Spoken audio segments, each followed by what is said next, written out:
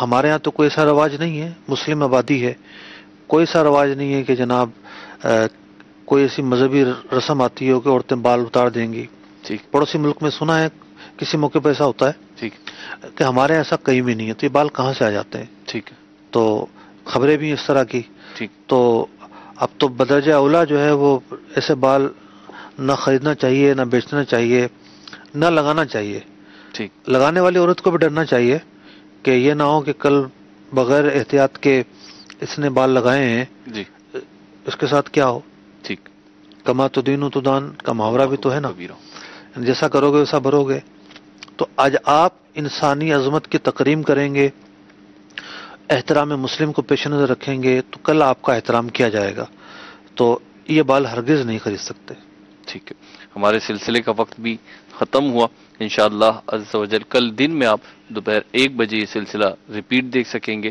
اور ہمارا جو فیس بک پیج ہے مدنی چینل کا، لائیو مدنی چینل، اس پہ مدنی چینل پہ ہونے والے لائیو سلسلے کنٹینیو لائیو جا رہے ہوتے ہیں، پھر وہاں پہ ریکارڈ بھی موجود ہوتا ہے، وہاں پہ بھی آپ دیکھ سکتے ہیں. انشاءاللہ عز و جل احکام تجارت آئندہ اتوار کو پھر دوبارہ حاضر ہوں گے. اور کل بروز پیر رات 9 بجے جیسا کہ پرومو بھی چلایا، تشریح مدنی گلدستہ چلایا، کل مفتی صاحب سلسلہ کریں گے حج کس پر فرض ہے، وہ بھی دیکھنا نہ بھولیے.